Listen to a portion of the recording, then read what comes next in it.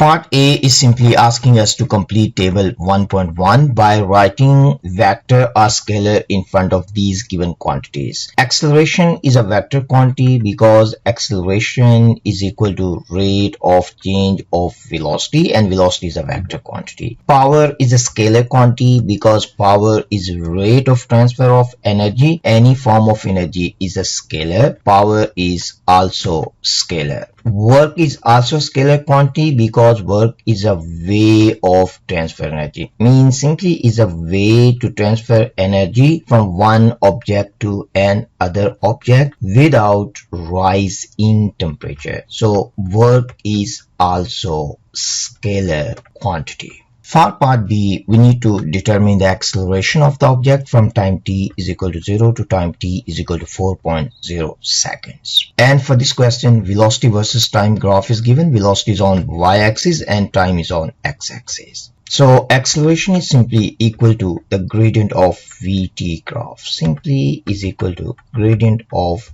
vt graph. As the question is asking us, we need to find acceleration from time t is equal to 0 to time t is equal to 4.0 seconds. So we need to find the gradient of this line. We need to find out. First of all, let's try to write down the coordinates of these 2 points. If you look at this point, coordinates of this point are 0, 0.70. If you look at this point, x coordinate is 4.0 and the y coordinate is 1.40. Now we have coordinates, simply we can find out gradient. Gradient simply y2 minus y1 over x2 minus x1. So y2 in this case is 1.0 and the y1 is 0.70 divided by t2 minus t1, and t2 is 4.0 minus 0.0. If we solve this one, our final answer is 0.18 meters per second per second. This is our final answer. For the second part, we need to determine the distance moved by the object from t is equal to 0 to t is equal to 4 seconds. And velocity versus time graph is given to us. It simply means that we need to find the area under this line. We have already found y coordinate, that was 1.40. Now we need to find the distance. We simply need to find this area, and this is a trapezium. So area of trapezium simply we can write down. This is 1.40 plus 0.70 divided by 2, and we need to multiply with time 4.0. And if we solve this one, our final answer is 4.2 meters. So we can write down our final answer here. Part C1 is asking us to define force, and force we can simply define as rate of change of momentum. For part C2, it is given to us that the motion represented in figure 1.1 is caused by a resultant force F acting on the object. Question is asking us on figure 1.2, we need to sketch the variation of F with time t from t is equal to 0 to t is equal to 12 seconds, and numerical values of force are not required. If we look at figure 1.2, on y-axis we have force, and this is the resultant force. And if the mass is constant, resultant force simply F is equal to ma. The resultant force and acceleration, they always have same direction. So these are two quantities in physics. They always have same direction. So this is very important. Same direction means that when resultant force, this is positive, means this is acting in positive direction, acceleration will be positive. When direction of resultant force is negative, acceleration also will be negative. This is what we need to understand. Now let's try to find out when acceleration is constant, when acceleration is positive, when acceleration is negative, and when acceleration is 0. If we simply look at this velocity versus time graph, velocity is on y-axis and time is on x-axis. Simply we need to find the gradient. If we look at this gradient, means from this point to this point, this gradient is constant and this gradient is positive. So it simply means that acceleration is constant and acceleration is positive. So we can also say in this case force is positive and force means the resultant force is also constant. If we look at the second part, in this case we can simply find out that acceleration is 0 because the gradient of this line is 0. So we can also say that resultant force is 0 between time t is equal to 4 seconds and t is equal to 8 seconds. That if we look at t is equal to 8 seconds to t is equal to 12 seconds, we can simply find out that gradient of this line, this is negative, so acceleration is also negative. But the gradient of this line is constant, so acceleration is constant, so force is also negative and force is constant. This is how we can sketch force versus time graph, but one thing we have to be careful is that the value of the force here means the resultant force acting between time t is equal to 0 to t is equal to 4 seconds has to be smaller than the force acting between t is equal to 8 to t is equal to 12 seconds because the gradient of this line is steeper than the gradient of this line. Let me write down here, let's say this force is F1 and let's say this force is F2. So F2 has to be greater than F1.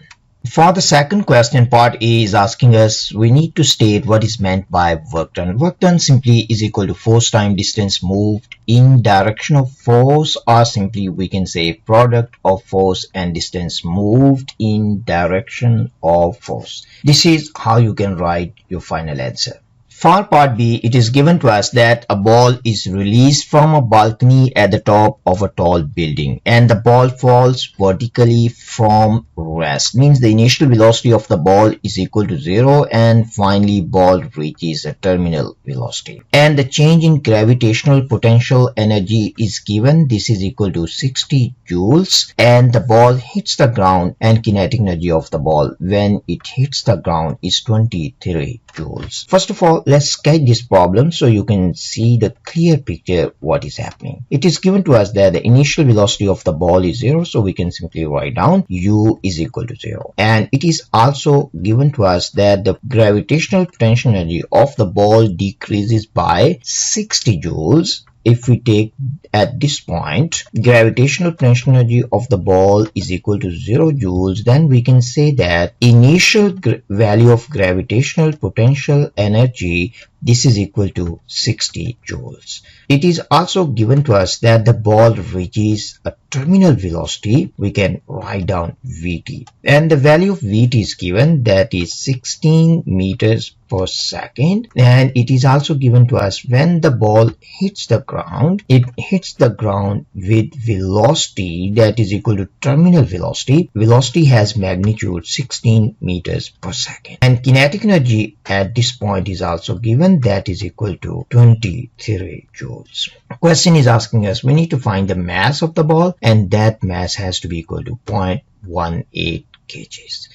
So this is very straightforward question if you understand this problem. Simply we need to use concept of kinetic energy and we can find the value of mass because kinetic energy is given and the speed is given. So in this case mass is simply is equal to 2 times kinetic energy divided by v square, and we have all these values. We simply need to plug in to find the value of mass. So if we solve this one, our final answer will be 0.18 kg, and this is the mass of the ball. Question was asking us show that, so this is our answer. Second part is asking us to calculate the height of the balcony above the ground, but for this question change in gravitational potential energy is given, that is equal to 60 joules. Simply we need to find the change in height.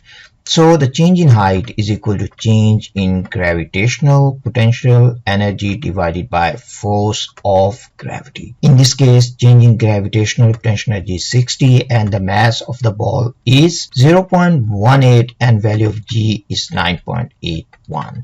If we solve this one, we can find the change in height. In this case, change in height is 33.9 meters, or we can say is equal to 34 meters up to 2 SF. Because the least number of significant figures in raw data we have 2, so our answer has to be up to 2 SF. So the final answer is 34 meters. Let's move on to third part. Third part is asking us to calculate the average resistive force acting on the ball. For this concept, we need to use law of conservation of energy. In this case, the work done by resistive forces is equal to change in mechanical energy, means the change in gravitational potential energy minus the change in kinetic energy. Change in gravitational potential energy is equal to 60 and change in kinetic energy, in this case work done by resistive forces, this is equal to 37 joules.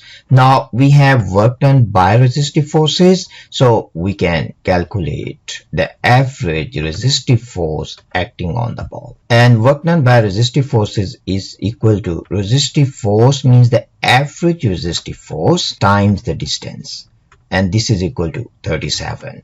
So we can write down average resistive force is equal to 37 by 34 because this is the distance traveled by ball. So if we solve for this, our final answer will be 1.1 newtons.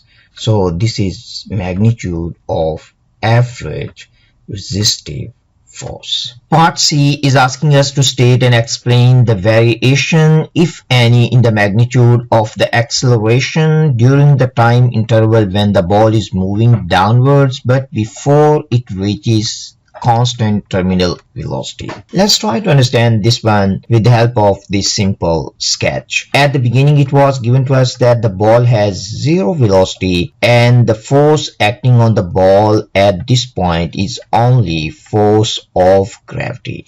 Now as the ball is moving down, the resistive forces will increase. So you can see here as the ball is moving down and the speed of the ball is increasing, so the resistive forces are also increasing, but the magnitude of force of gravity is not changing. So this we can say is resistive force.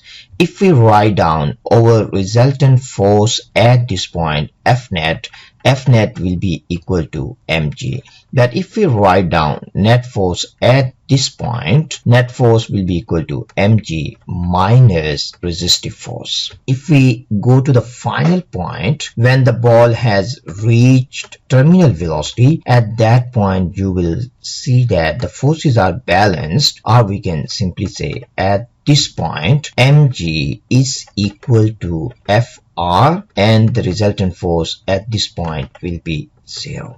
Now if we go from point 1 to second point and then we go to third point, means the third position, if we go to this, you can simply see that resultant force is decreasing. Resultant force is decreasing, it simply means that acceleration is also decreasing because resultant force is decreasing.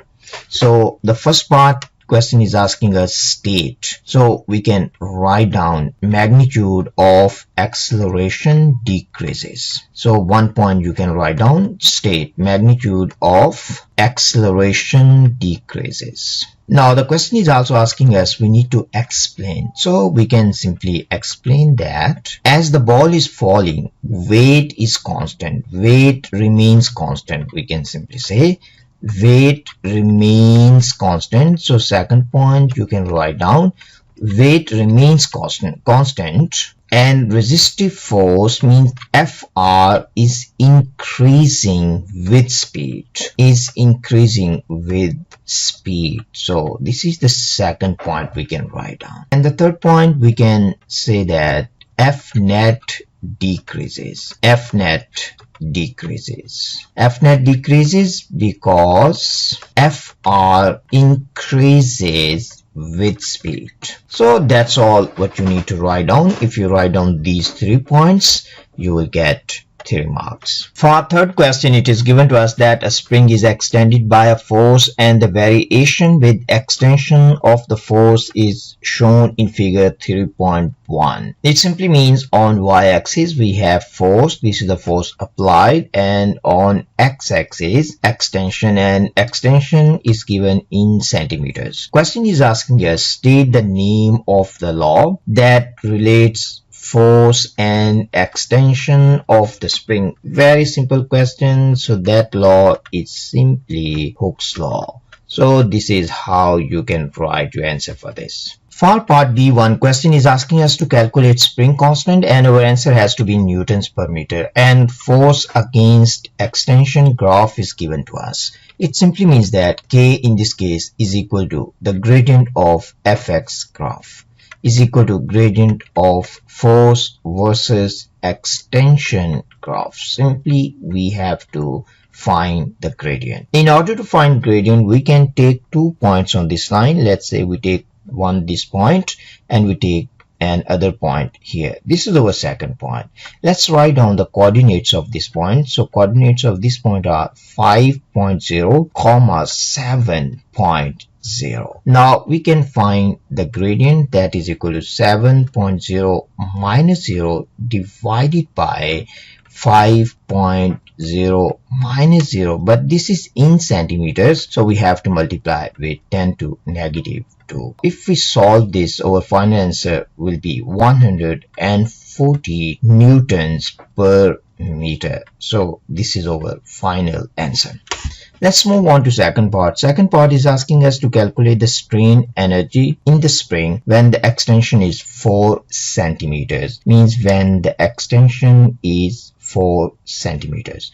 So for this one, simply we need to find this area, or we can use formula. Let me use the formula. You can also check with area later by yourself. Elastic tension energy in this case is 1/2 kx square. We have the value of k we have just calculated. This is 140 newtons per meter, and extension is given, this is 4 centimeters, so we have to convert into meters. Now if we take the square of that, we can find out value of EPE, means the value of strain energy, and in this case that is equal to 0.11 joules. For part C, it is given to us that now one end of the spring is attached to a fixed point, as you can see here is attached to the fixed point. But one thing you need to be very clear is that this is the same spring, the one we have studied in part A and part B. And the other end of this spring is attached to a cylinder, and the cylinder is submerged in a liquid. So this is the other end of the spring. But it is also given to us that extension in the spring is 4.0 centimeters. As the extension is 4.0 centimeters, so we can find the value of the spring force. So value of spring force we can find from here, and this value is equal to 5.6 Newton. So this is important. So this is value of the force when extension is 4.0 centimeters. Now question is simply asking us, we need to find the upthrust on the cylinder. 0.60 Newton means simply we need to show that. First of all, let's try to understand the forces acting on this cylinder. The one force acting on this cylinder downwards, this force is weight, and there are two forces acting on this cylinder upwards. One force is the spring force, we can say this is Fs, and the other force acting on this cylinder is upthrust, so this is upthrust. So this is free body diagram for the cylinder. Simply we can write down, in this case, as the cylinder is in equilibrium, it means upward forces has to be equal to downward forces. Downward force is weight in this case, and upward force is upthrust and spring force. Upthrust plus spring force. In this case, value of the weight is given, that is 6.20. Value of upthrust is not given to us, but the spring force we have found, that is 5.6. Now if we solve this one for upthrust, we can find out its magnitude. In this case, the value of upthrust is 0.60 newtons. For second part, we need to calculate the difference in pressure between the bottom face and the top face. Mean between this face and this face, we need to find the value of delta P. For this question, we have already calculated upthrust, and upthrust is simply equal to delta P times cross-sectional area. Means the cross-sectional area of this cylinder. Upthrust we have already calculated, that is 0.60 newtons, and delta P we need to find out. Cross-sectional area is also given, that is 1.2 times 10 to negative 3 meters squared. Now delta P is quite straightforward one. If you simply divide upthrust by cross-sectional area, we can find out value of delta P. In this case, delta P will be equal to 500 Pascal. So this is our answer. For third part, we need to calculate the density of the liquid. But in the second part, we have already calculated delta P. So we can write down delta P is equal to rho G delta H. This question is asking us to calculate density. We can write down density will be equal to delta P divided by G times delta H. Delta P we have already calculated, that was equal to 500 Pascal. So value of G we can use is 9.81 and delta H is given here. This is equal to 5.8 centimeters. So we can convert into meters. So we need to multiply by 10 to negative 2. Now we can solve for density of the liquid. If we solve this one, density of the liquid is 879 kgs per cubic meter. So this is our answer for this part. For part B, it is given to us that liquid in part C is replaced by another liquid of greater density. We need to state the effect, if any, of this change on the upthrust acting on the cylinder. First of all, let's try to understand what is upthrust. Upthrust is simply equal to weight of fluid displaced. Weight of fluid displaced. Simply we can write down this is equal to rho G times V. Rho in this case is the density of the fluid and V is the volume of the cylinder. V is volume of the cylinder. So if density of the fluid increase, it simply means that upthrust will increase. So we can simply write down in this case upthrust will increase if density of the fluid increases. And the second one is asking us what is effect of that on extension of the spring. If we look at the forces acting on this cylinder, we have already discussed that point, that forces acting on the cylinder are weight, and weight is acting down, and this cylinder is in equilibrium, means the forces are balanced. Upthrust is the force that is acting upward, and there is spring force that is also acting up. Spring force is also acting up. But in this case, weight of the cylinder, this is not weight of the fluid, this is weight of the cylinder. This is constant, this is not changing. Now, if the upthrust increases, so the spring force has to decrease. If the spring force decreases, then it simply means extension in the spring that will also decrease. So simply you can write down extension of the spring decreases in this case.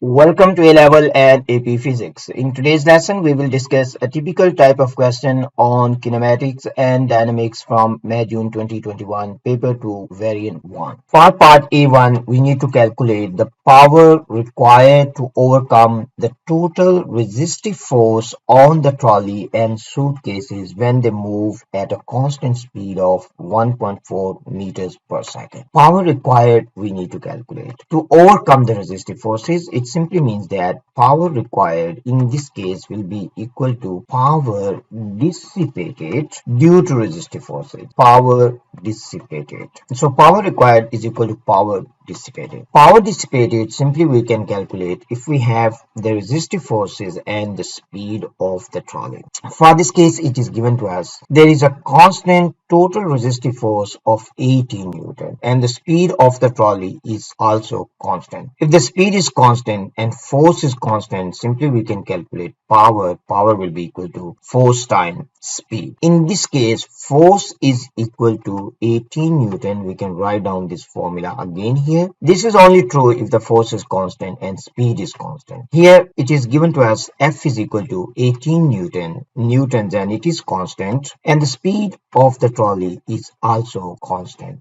Now if we simply multiply this one, our final answer will be equal to 25 volts. And this question has 2 marks. The first mark is if you have written this formula, and this is C mark, you will get first mark. And the second mark is answer mark. If you got the right answer, you will get the second mark. For part 2, we need to calculate the time taken for the trolley to come to rest after it is released. For this question, it is given to us the total mass of the trolley and the suitcases is equal to 72 kgs. It is also given to us there is a constant resistive force that is acting on this trolley, and the magnitude of constant resistive force is given that is equal to 18 Newton, and the trolley is moving to the right, and the initial velocity of the trolley is given that is equal to 1.4 meters per second. It is also given to us this trolley finally comes to rest, means finally stop. So the final velocity of this trolley is equal to 0. Question is asking us, we need to find the time taken between these 2 points. We need to find out the time taken between these 2 points. So this is what we need to find out. Time taken between these 2 points. As this resistive force is constant, so it means trolley has constant deceleration. So we can write down trolley has constant deceleration because a resistive force acting on this trolley is constant, and this is the only force acting on the trolley. So the acceleration, or you can say deceleration in this case, that is also constant. If deceleration is constant, so we can simply calculate by A is equal to F net over m. F net over m. F net in this case is equal to Fr because there is only one force is acting on this trolley, and that is resistive force divided by mass of the system. Fr is given, this is equal to 18 newtons, and the mass of the trolley and suitcases is given, that is equal to 72. If we solve this, we will get value of A that is equal to 0.25 meters per second per second. As in this case, acceleration is constant, means deceleration is constant. So simply we can use kinematic equations. V is equal to u plus at.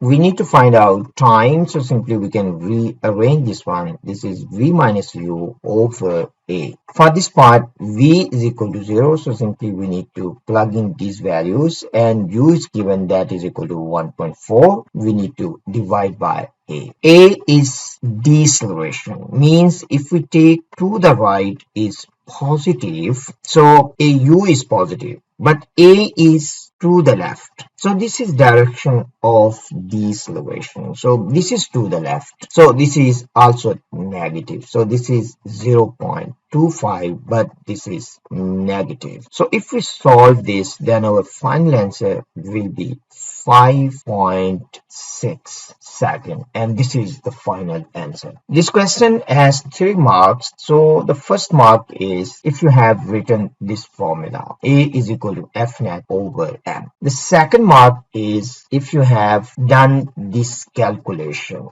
and the third mark is the answer mark if you have got right answer. For part B1, we need to find the speed of the trolley at point Y, means at this point we need to find out what is speed of this trolley. It is given to us the speed of the trolley at point X is equal to 0 because it is given to us trolley was at rest at point X, and the displacement between point X and Y is also given, that is equal to 9.5. Question is also telling us the component F of the weight of the trolley and suitcases that acts along the slope is equal to 54 newtons. We can also assume that constant total resistive force of 18 newtons opposes the motion of the trolley and suitcases. And this is the resistive force that is opposing the motion of the trolley. We need to find out V. Now this question is quite straightforward one. First of all, we need to calculate acceleration of the system. That will be equal to F net divided by mass of the system. F net in this case will be equal to 54 minus 18 divided by total mass of the system, that is equal to 72. If we solve this one, 54 minus 18, that will be equal to 36 divided by 72, and this will be equal to 0.5 meters per second per second. And this acceleration is constant, so simply we can write down this is constant. As this acceleration is constant, simply we can use 2as is equal to v square minus u square, means constant acceleration, so we can use these kinematic equations. From here, u is equal to 0, so simply this is given to us, this is equal to 0. We can write down from here v square is equal to 2as, or we can simply say that v will be equal to root of 2as. So simply this is v. Now we need to plug in values. A is given, that is 0.5, and s is equal to 9.5, and simply we need to take the root of this. If we take the root of this, that will be equal to 3.1, and this is the final answer. So the final answer is 3.1. This question has 3 marks. The first mark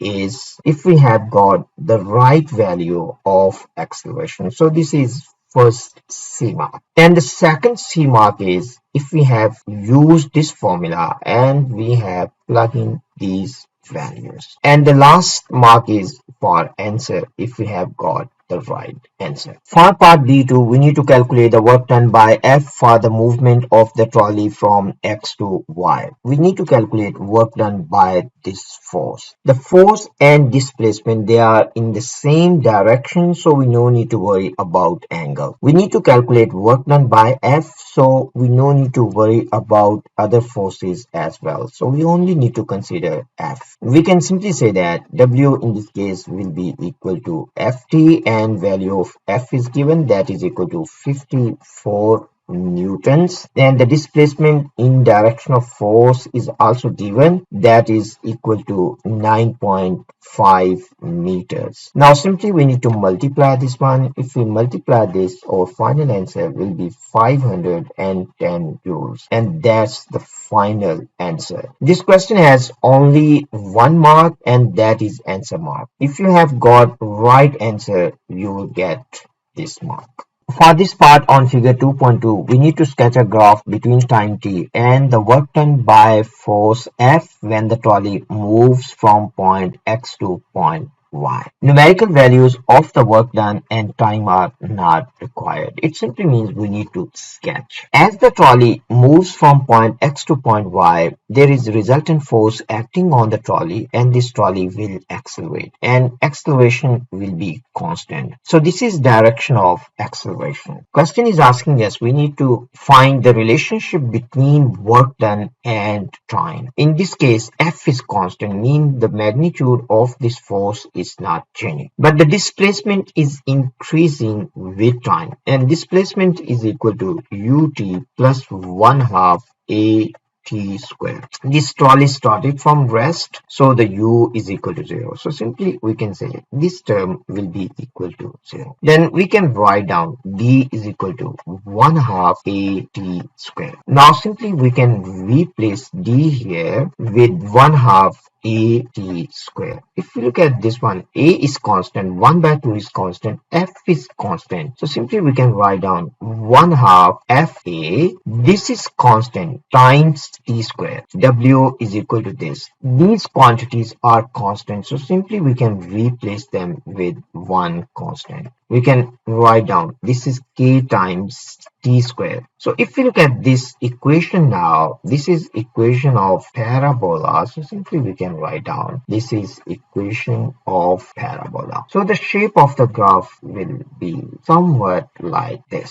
It has to be curved, and its gradient has to increase. So it is curve. First thing, if you show it is a curve, you will get 1 mark, and that is M mark, means it must be a curve. And the second mark you will get if you show that the gradient of this curve is increasing. For part C, it is given to us the angle of slope in B is constant. The frictional forces acting on the wheels of the moving trolley are also constant. We need to explain why in practice it is incorrect to assume that the total resistive force opposing the motion of the trolley and suitcases is constant as the trolley moves between X and Y. Question is simply asking us why it is not correct to assume that total resistive force is constant, means total resistive force is not constant. We have assumed in the previous part that total resistive force is constant, but in fact total resistive force is not constant. So we need to explain now why total resistive force is not constant. Total resistive force, simply we can write down total resistive force. Total FR, total resistive force, this is equal to friction plus air resistance. Friction and air resistance. So this is equal to these two forces. Total resistive force. Friction is constant. It is given to us. Frictional forces are constant. So this force is constant. But air resistance, this depends on speed, and when the trolley is moving down the slope, means when it is moving between X and Y, it is accelerating. So the speed is not constant, so speed is increasing. As speed is increasing, air resistance is also increasing. So total resistive force is not constant, it is increasing as trolley moves between X and Y. So that's the reason we cannot assume that total resistive force is constant. If we assume total resistive force is constant between X and Y, that is wrong because air resistance increases with speed. So that's all what we need to write down. We can simply say air resistance increases with speed. So simply we can say that air resistance increases with speed. This question has only 1 mark. If you have written this, you will get 1 mark, and this is B mark. It has to be in your answer.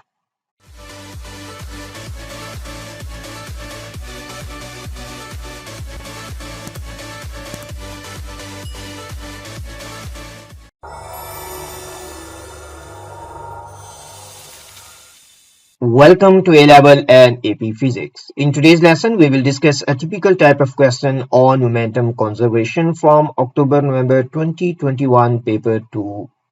I said this is a typical type of question because this type of questions are very common in past papers, and in this lesson we will not only answer these questions, in fact I will teach you how to answer this type of problems. For part A, simply we need to define what is momentum, and simply you can remember this one. Momentum P is equal to mv. So in your answer you have to write down the product of mass and velocity, not the product of mass and speed. So momentum is simply product of mass and velocity. Momentum is a vector, so you have to write down product of mass and velocity, not speed. And this question has 1 mark and this is B mark. It simply means that this has to be in your answer.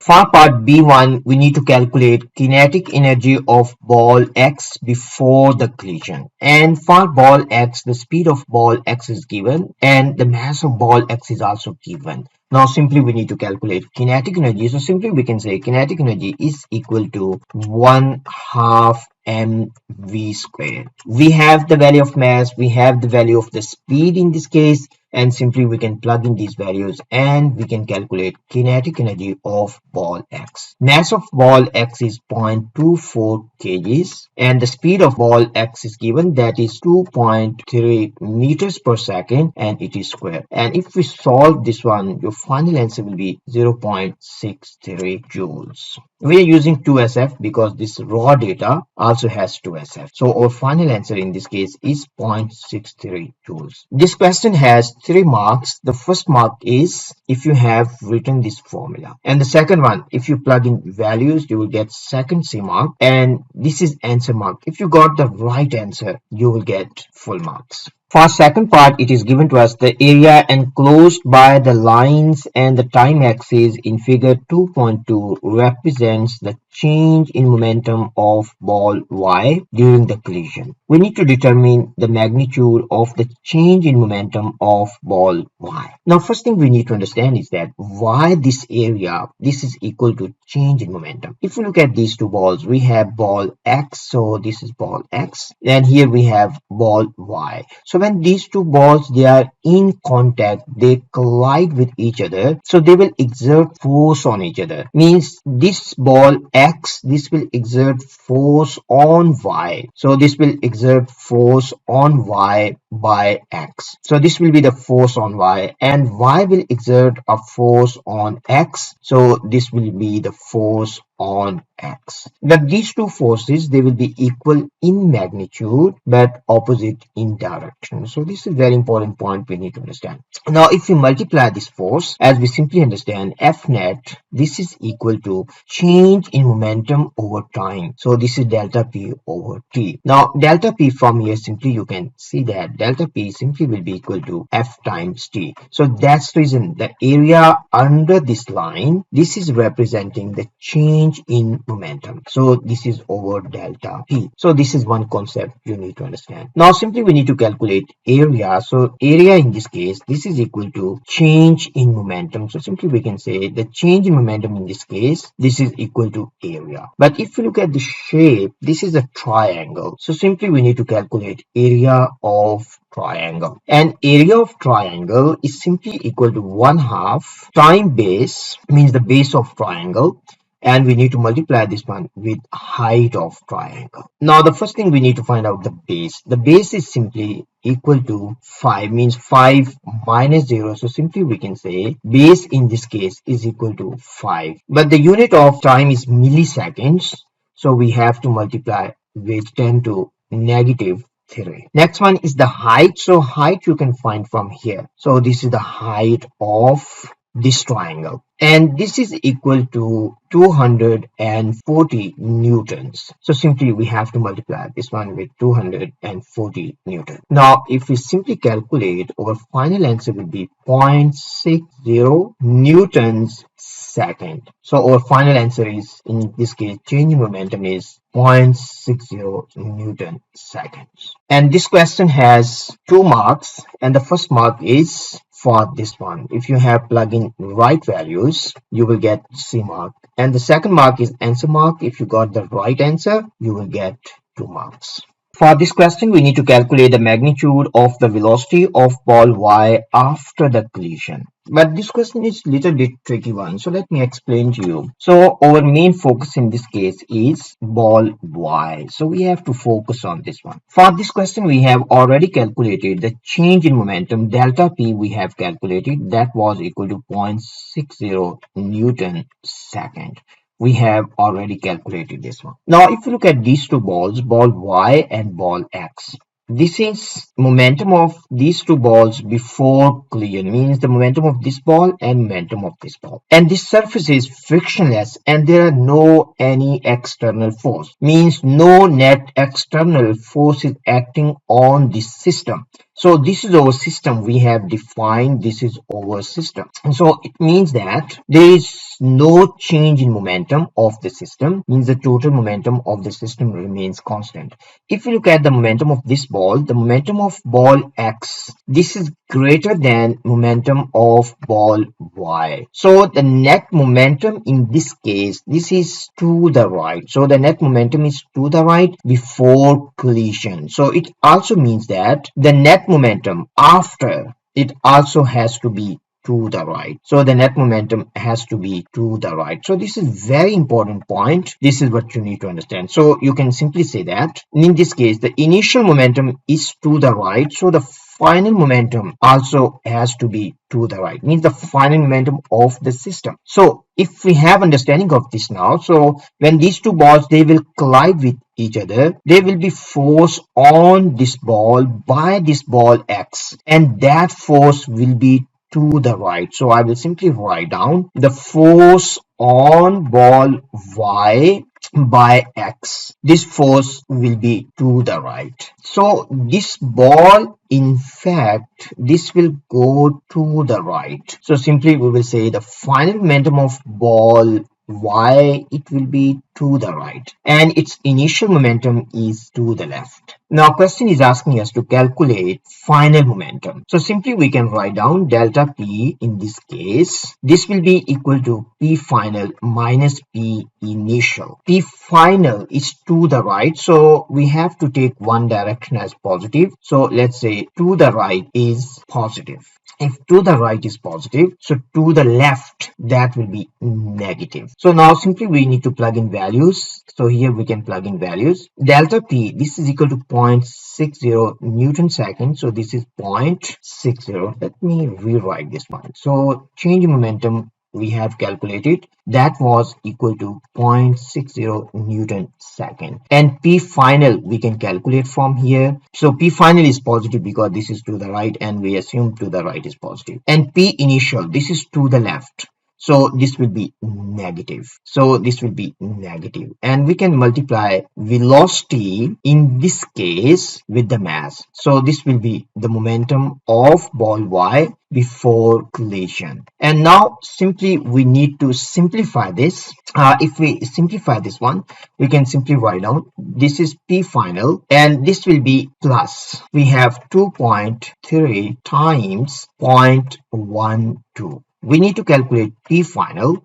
So P final, from here we can say that this will be 0.60 minus 2.3 times 0.12. If we do these calculations, final answer will be 0.324 Newton second, and this is the value of the final momentum of ball Y. But now we need to calculate the final velocity of ball Y, means the velocity after collision we have to calculate. So we can simply write down final momentum, this will be equal to mv, the momentum after collision, and this is 0.324. We need to find v from here, so simply just divide by mass. So this is 0.324, we need to divide by the mass of Y, and mass of Y is 0.12. So this is simply divided by 0.12. So the final answer in this case is 2.7 meters per second, mean this ball Y will go to the right with this velocity, and this is the magnitude of that velocity.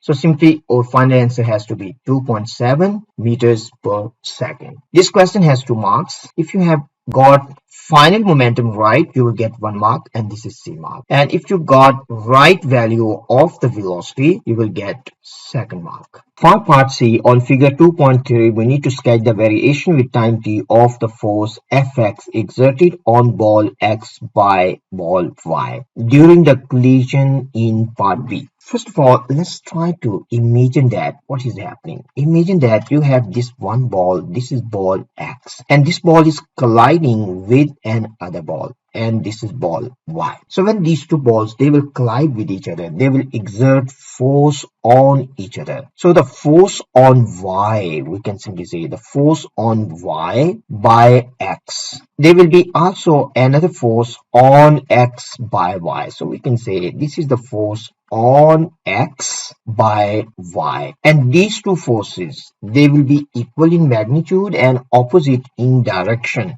because they are action and reaction forces. So I will simply write down here Fx, this will be equal in magnitude to Fy, but opposite in direction.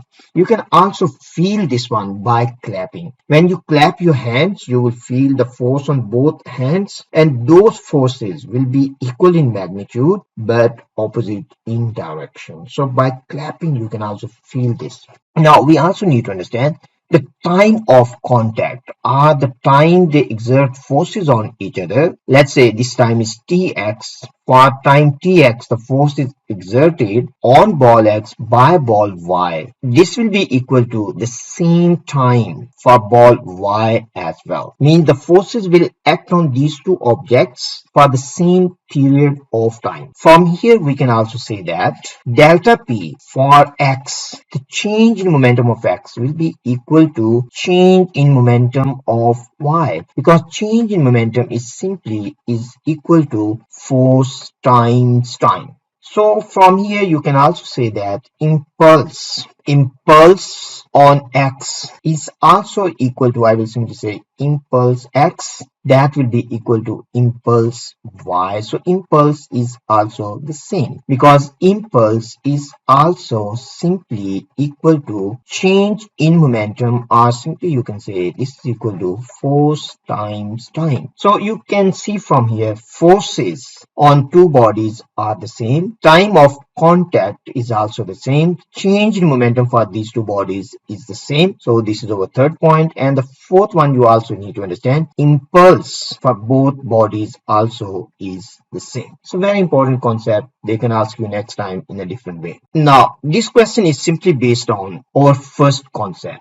Force on two objects is the same in magnitude but opposite in direction. Now simply if we go back, we have already done actually this question, because in the question it was given to you force acting on Y. So now it has to be just reflection of that force, means the reflection of that graph. So let me show you that graph again. So the first thing, you can simply imagine this is how you need to sketch this one. So this is the force on X during collision, and this is the reflection of the force on Y, because these two forces, they have the same magnitude but their direction is opposite. So let me clean first and show you the force acting on Y. So this is the force that is acting on Y. So if you look at these two graphs, now simply you can imagine that force on X is equal in magnitude to force on Y but opposite in direction. So this force here at this point is 240 newtons. So at time 3 millisecond. So here this force also has to be, you can simply write down 3 comma negative, this is 240 at this time, and here 0, so 0 comma 0, so this is 0. There is no force here. This is after collision and this is before collision, so this is also 0. So this is how you need to sketch the graph. So if you have done this one, you will get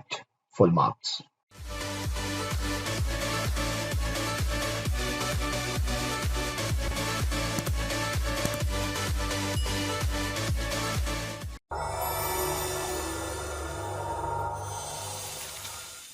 Welcome to A-Level and AP Physics. In today's lesson, we will discuss an important question on stress and Young's modulus from October-November 2021, paper 2, variant 1. In this question, we will discuss what is stress, what is Young's modulus, and what is strain energy. For this question, it is given to us a uniform metal bar, initially unstretched, has sides of length W, X, and Y as shown in figure 3.1. As you can see here, X is this side, Y is this side, and this side is W. It is also given to us the bar is now stretched by a tensile force F applied to the shaded ends. And question is asking us, A1 is asking us, we need to calculate the stress applied to the bar by the tensile force. Means we need to determine the stress. Let's try to understand what is stress. Stress is simply equal to the force divided by cross-sectional area of the material. So this is cross-sectional area of the material.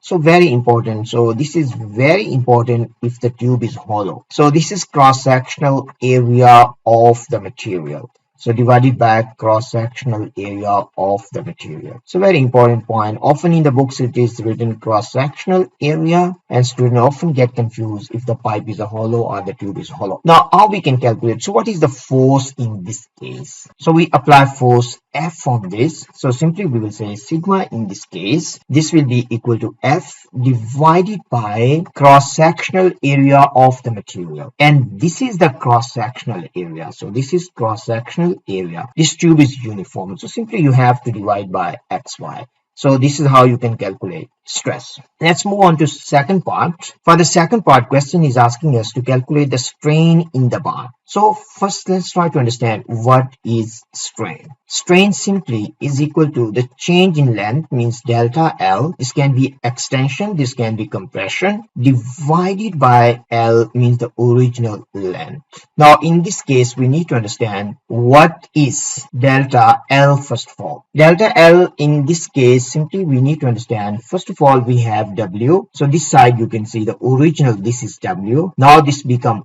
Z. So it means delta L simply is Z minus W, and this is divided by original length, that was W. So this is how you can write down strain. For the next part, question is asking us to calculate Young's modulus of the metal from which the bar is made. So we need to find out value of E. So simply we can say Young's modulus is capital E, and this is equal to stress over strain. So simply we can write down stress over strain. Stress and strain we have already calculated, so simply we can write down stress is F over XY, and this is divided by strain, and strain is Z minus W divided by W. Now if we simplify this one, so simply we can write down this will be FW. This is FW because original length is W. So this will be equal to FW divided by XY times Z minus W. So this is how you can calculate. This question has 1 mark and this is B1 mark, means this has to be in your answer. Your answer has to be like this. And the second one, this is also B1 mark. So your answer has to be this one. If you have written this one, you will get this mark. And the next one is Young's modulus, and this has 2 marks. The first mark is C1 mark. If you have written stress over strain, you will get C mark. And if you got the right answer, you will get answer mark as well. If your answer is right, still you will get 2 marks. For part D, question is asking us state the maximum extension of the wire for which it obeys Hooke's law. First of all, let's try to understand what is Hooke's law. So let me little bit write down about Hooke's law. According to Hooke's law, force means the applied force, or applied force and restoring force, they are the same. In this case, we made assumption. So restoring force is directly proportional to extension. So this is negative X, means the restoring force and extension, they are in opposite direction. So simply you can say the restoring force is directly proportional to extension. So the graph is given to us between force and extension. Now simply we need to find out until these two are directly proportional. So if we look at this one, until here it is a straight line. So it means Hooke's law is obeyed until this point. And now we need to find out what is value of extension, and this one's directly we can read out from the graph, and this is about 2.2 millimeters. So simply for this part we have to write down 2.2 millimeters, and this is the answer. For the second part, question is asking us to use figure 3.3 to determine the strain energy in the wire when the tensile force is 120 newtons. Means when the force is 120 newtons, we need to calculate the strain energy in the wire. First thing, strain energy. So how we can calculate strain energy? Strain energy in this case is simply equal to the area under this graph. So this is equal to area under graph. So simply we can write down this is equal to area under graph. So this is first thing we have to understand, area under graph.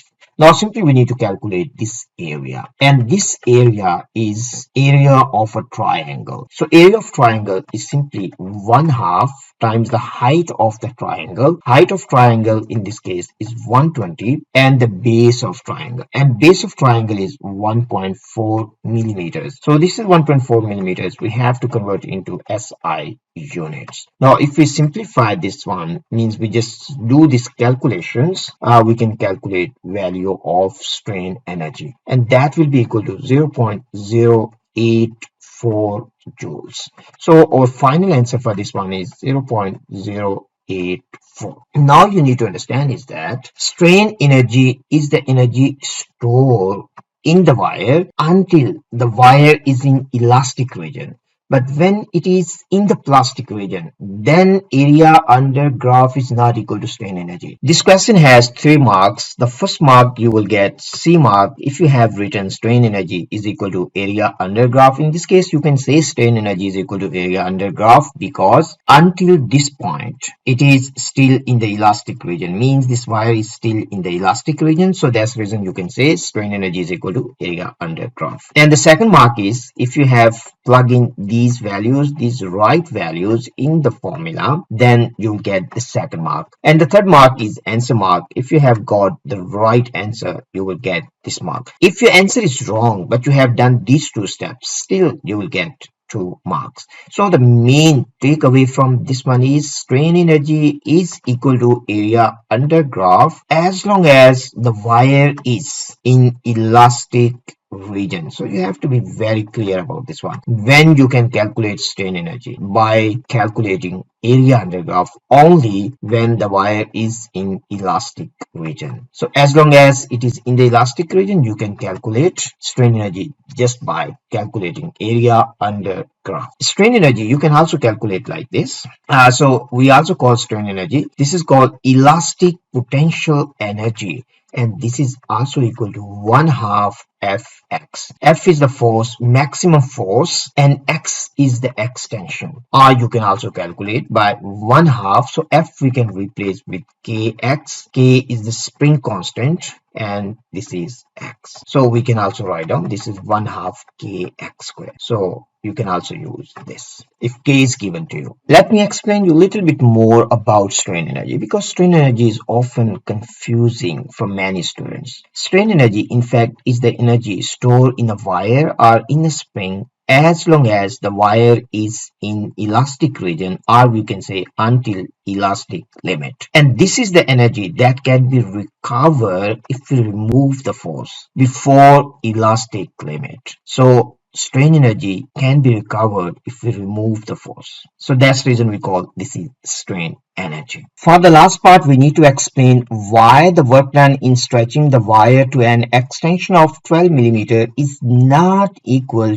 to the energy recovered when the tensile force is removed. This question is just based on the previous concept we have discussed about strain energy. Strain energy is the energy that can be recovered, and that energy means that amount of work done can only be recovered as long as the wire is in elastic region, or simply we can say until elastic limit. So amount of work done can be recovered because when we do work on the wire before elastic limit, amount of work done is stored in the wire in form of strain energy, and that work done can be recovered. But for this question it is given to you the energy recovered, this is not equal to work done. So simply we can say that in this case the work done, this is equal to some amount of strain energy. Means when we will remove the force, some of work will be recovered plus some amount of work will not be recovered, and that becomes the internal energy of the material, and molecules go away from each other. So that amount of work done is stored in form of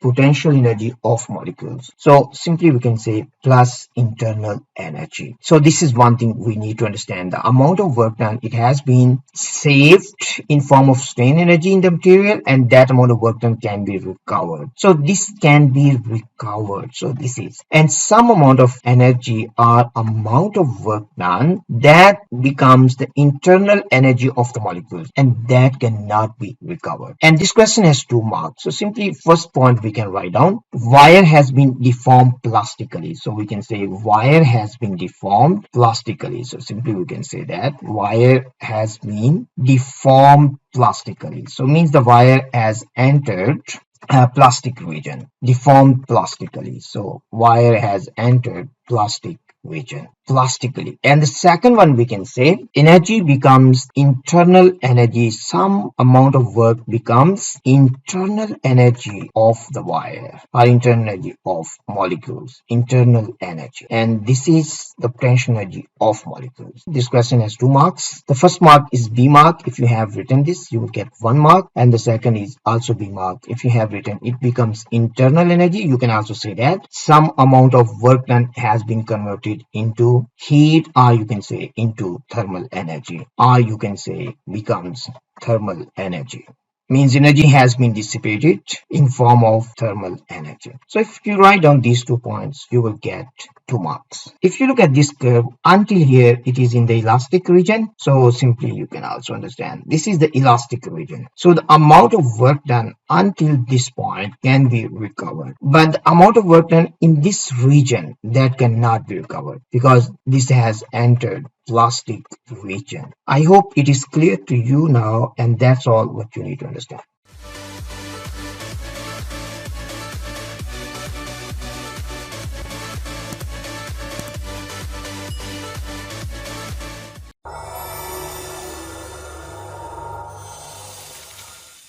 Welcome to A-Level and AP Physics. In today's lesson, we will discuss a typical type of question on measurements and uncertainties from October-November 2021 paper 2-1. The main purpose of this video is not to give you answers for these questions. In fact, the main goal of this video is to teach you how to answer this type of problems. In today's lesson, we are looking at October-November 2021 paper 2-1, and total time for this exam is 1 hour and 15 minutes. You need to answer all the questions in this paper, and the total mark for this paper is 60. On the second page of exam paper, you can find values of some important constants. Let me highlight some constant you need for AS Physics exam. The first one is the speed of light. The speed of light is very important because in exam often they will ask you to calculate the frequency of electromagnetic waves. So for that purpose you need speed of light. Means the speed of electromagnetic waves in air are in free space, and speed of electromagnetic waves in air are in free space is almost same. So then simply you can use V is equal to F lambda and you can calculate frequency if the wavelength is given to you. It's a very common question, so you have to be clear about this one. And the second important constant is the charge on single electron, and this is also called elementary charge. Means the charge on proton, charge on electron is the same. So we call this is elementary charge because this is the smallest possible charge on any particle. Means independent particle can exist independently. So this is the elementary charge. Quark has charge smaller than electron, but quarks do not exist individually. So that's the reason we call this is elementary charge. The second constant maybe you need, that is 1 U. So this is 1 AMU, means atomic mass unit, and this is about the mass of proton. And next one is the mass of rest mass of electron. So this is also very important, you will need for some calculations. And the mass of proton is also very important. In exam, if they ask you to use mass of proton, this one you have to use. Last important one can be the G, value of G. At AS level in paper 2, you have to use G is equal to 9.81, not 10. In the final CIE exam, you will also find a list of important formulae. These are some basic formulae. If you can remember them, is wonderful. Otherwise, they will be given to you in your final CIE exam. The first formula is for uniformly accelerated motion. It simply means that you can only use this formula if acceleration is constant, means A is not changing with time. You can only use this one. So this is very important point. You need to understand what is condition for this one, when you can use this. Only if A is constant. And the second important formula will be given to you is about work done by a gas. So this is work done by a gas, and this is only true, this formula is only true if the P is constant. So P is the pressure here when this is constant. So we can only use this one if the pressure of the gas is constant but volume of the gas is changing. And the next one is P is equal to rho GH. This is also important one. H, often student they confuse with this one. H is depth. It's not the height actually. So better way to say this one is depth. And the next important formula you need for AS physics is Doppler effect. So this formula, if you look at denominator, is written plus minus. So it simply means that when the source is approaching, so observed frequency will be equal to the frequency of the source times the speed of the sound divided by V minus Vs when the source is approaching. So this is when the source is approaching. This formula is only for when source is approaching. So this is very important one. You can also find observed frequency, that will be equal to frequency of the source times V speed of sound, and this is divided by V plus Vs. S is the speed of the source. So let me highlight here. In this case, S is speed of source. So this is speed of source, the source. So this is for speed of source, and V here is the speed of sound. So this will be given to you, speed of sound. Fs is frequency of the source. So frequency of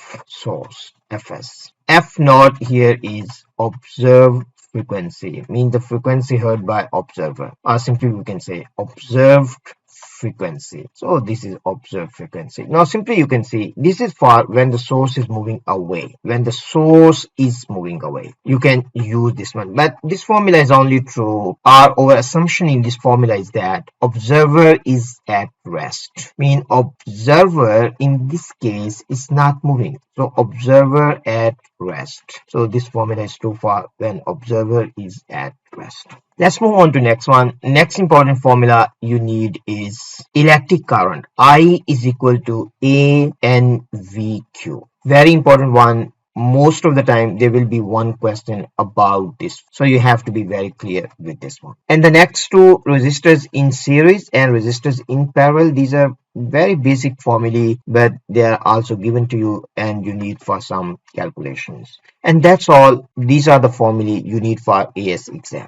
For part A, simply we need to define density. Very simple question. So if in exam they will ask you to define density, simply you can say density is equal to mass per unit volume. So simply you can write down mass per unit volume, and that's quite enough to get 1 mark. Mass per unit volume, and this is B mark. It means it has to be in your answer. So this question has 1 B mark, means it has to be in your answer. For part D1, we need to state the name of measuring instrument suitable for making measurement of L. And L is given here with absolute uncertainty. So the best way to answer this problem can be, we can convert this one into centimeters. So L in this case is given to us. This is equal to 0.1242 meters. We can convert this one into centimeters. So simply we need to multiply with 100. So this will be equal to 12.42 centimeters. Now let's try to understand different type of instrument. The first common instrument used in lab is micrometer screw gauge. Micrometer screw gauge. We can simply write down micrometer screw gauge. So we have to understand 2 points about this one. The first thing we need to understand is that what is the maximum length we can measure with this one. The maximum length you can measure with micrometer screw gauge is 25 mm, or simply you can say this is about 2.5 centimeters, and the precision of this one is 0.01. The precision of this one is 0.01 mm, or we can simply say this is 0.00001 meter. So this is the precision of micrometer screw gauge. Next common instrument used in physics lab is vernier caliper. Next one is vernier caliper. So let me clean first of all. So the next one commonly used in physics lab is vernier caliper. Let's try to understand a little bit about vernier caliper.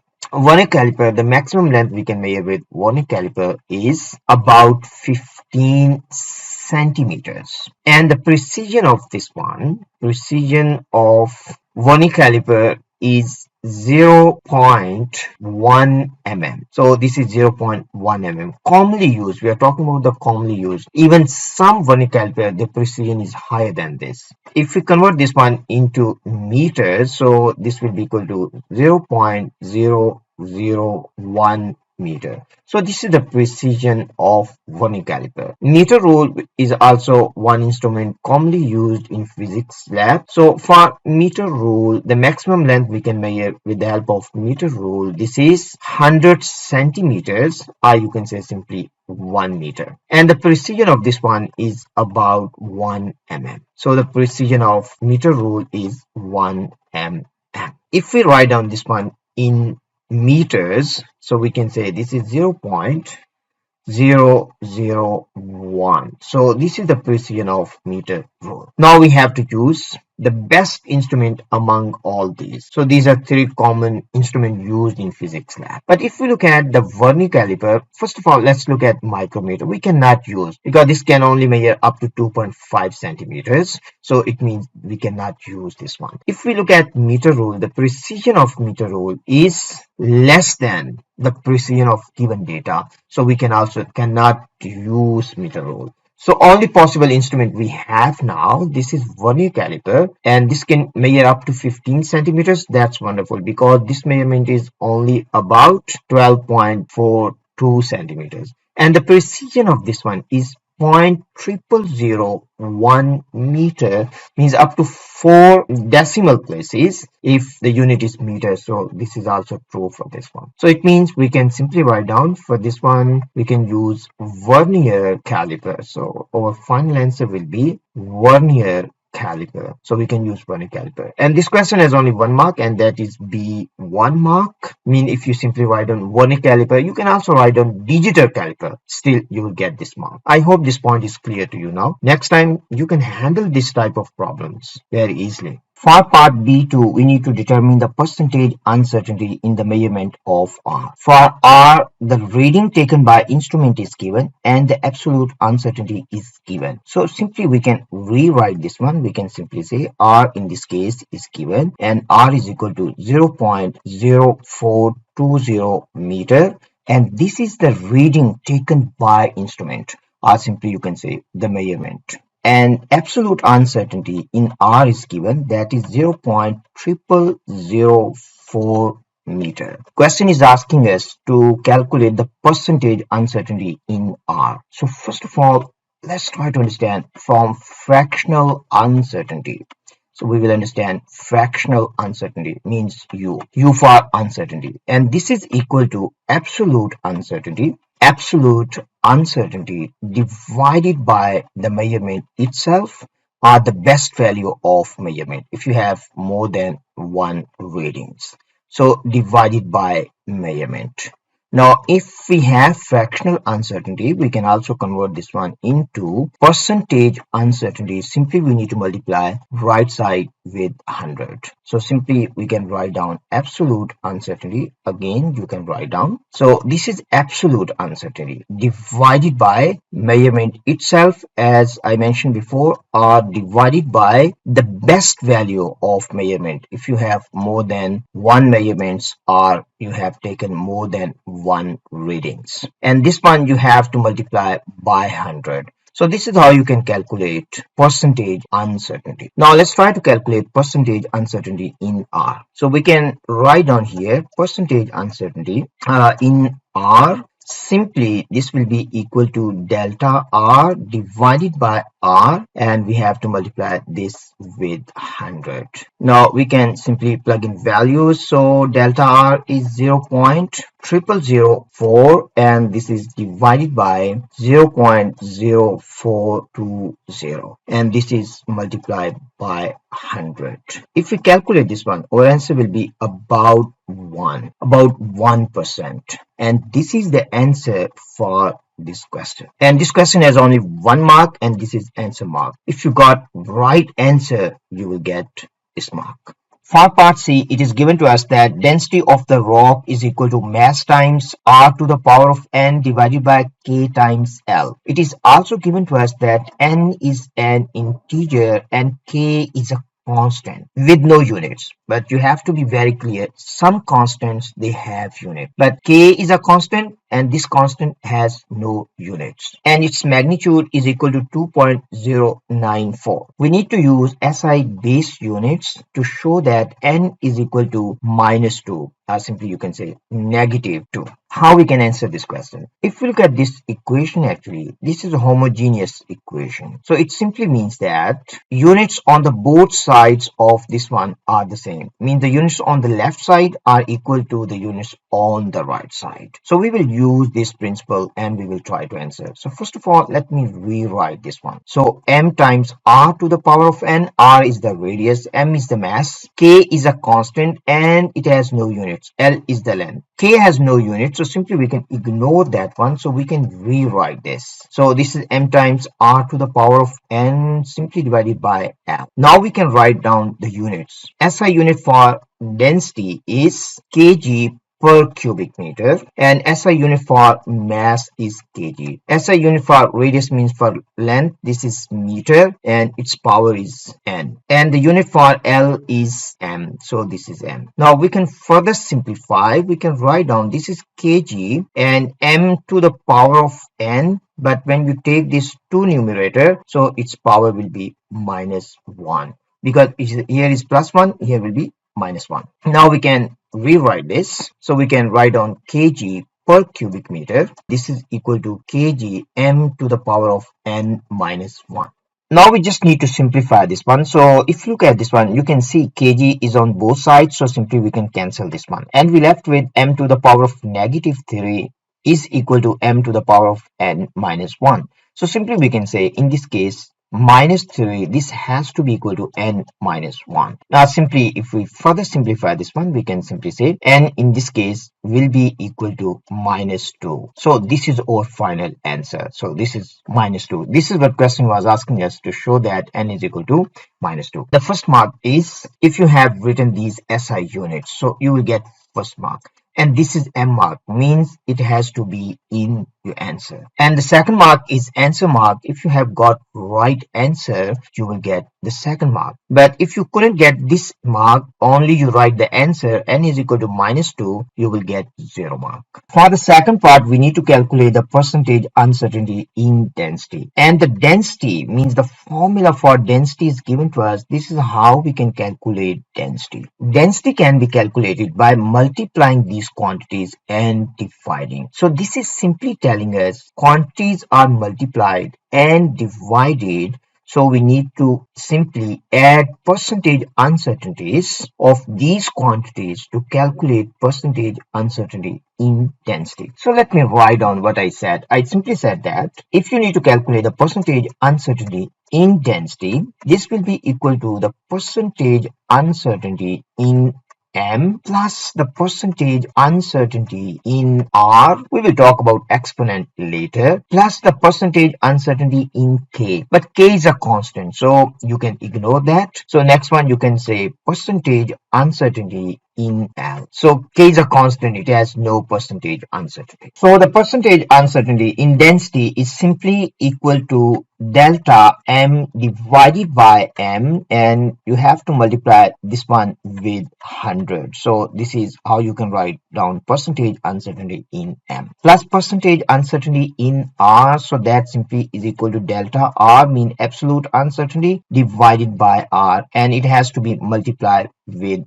100. So we will multiply this one with 100. So it has to be multiplied with 100. But you also need to understand, we have the power of this one. The power is n, and n is negative. So n is negative, we have calculated. But here you have to enter this one plus 2, because uncertainty cannot be negative. So very important point. So uncertainty cannot be negative. So it has to be plus 2, not minus 2. And next one, the percentage uncertainty in L. So this will be delta L divided by L, and we need to multiply this one with 100. Now simply we need to plug in values and we can calculate our final answer. So in this case, delta M is 0.001 divided by 1.072.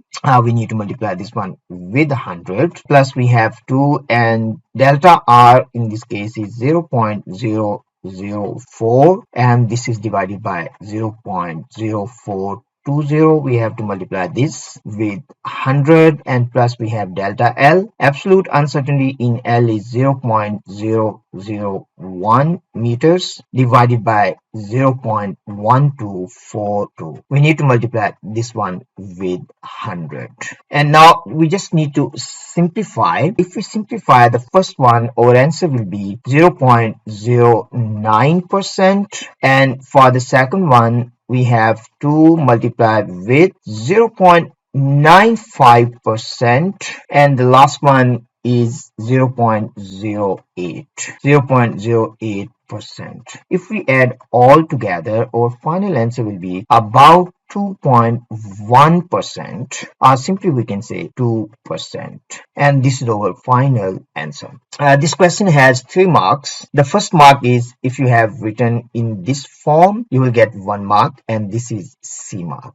And the second mark is if you have plugged in these values, and the last mark is answer mark. If you have got the right answer, you will get full marks. So this point is tricky one. It has to be +2, not minus, because uncertainties never be negative. Uncertainties are always added, not subtracted. For this part, we need to determine density with its absolute uncertainty, and it is also given to us, give your values to the appropriate number of significant figures. So we have to take care of significant figures as well, otherwise we will lose marks. Now let's start from density. First of all, density we need to calculate, and formula for density is given. This is equal to mass times r to the power of n divided by k times L. The m is given, so simply you can read from here. The value of m is 1.072, and the value of the radius is given. So this is radius. So simply you can write down this is 0.0420, and the power is n, and the value of n is -2. And this is divided by k. K is a constant, and the value of constant, it is given in the question, that is equal to 2.094. Its value is given to us, and the value of L you can just read from here. So L is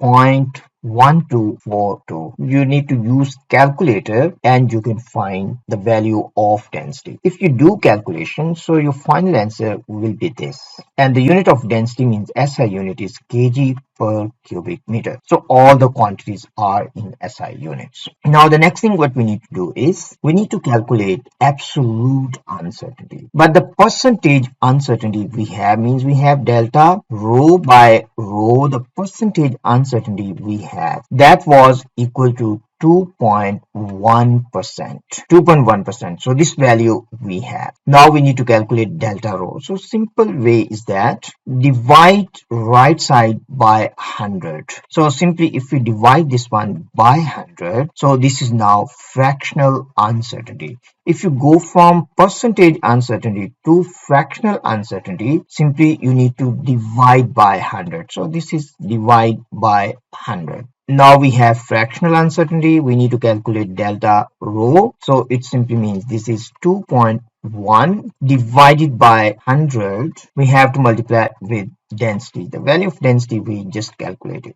Just multiply with this. And our final answer in this case, this will be equal to 49 kgs per cubic meter. I mean, this is the absolute uncertainty in density. Next part, we need to write down this density with absolute uncertainty. So you can see this quantity. If you look at this one, this has 4 SF. So this has 4 SF.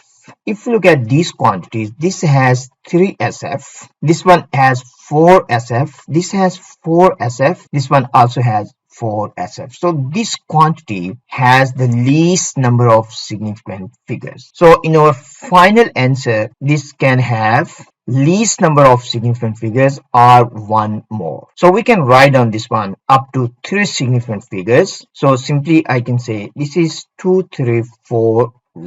So this has 3 significant figures now. So 3 SF. Absolute uncertainty, we have to write down up to 1 SF only. So this one we can simplify to 50. Now let's try to write down our final answer. So the final answer you can simply write down like this. This is 2.3 2340 plus minus 0.050 kgs per cubic meter, and this will be multiplied with 10 to 3. So this is our final answer. This is how you can write down. Simply you can write down here. You can say this is 2340 and this is 50. Now let me explain to you how marks will be awarded. The first mark will be awarded, so this is C mark, and the second C mark you will get if you got this answer for absolute uncertainty, and the last one you will get if you have written your answer in this form. The main concept what you need to understand is how to write down quantity, mean this quantity and the absolute uncertainty. The simple way is that first of all you have to understand this absolute uncertainty, it should have one SF only. And the next point you need to consider is the number of decimal places. How many number of decimal places are in absolute uncertainty, same you have to use in this measurement. So they must have the same DP. If you follow these rules, you will get full marks.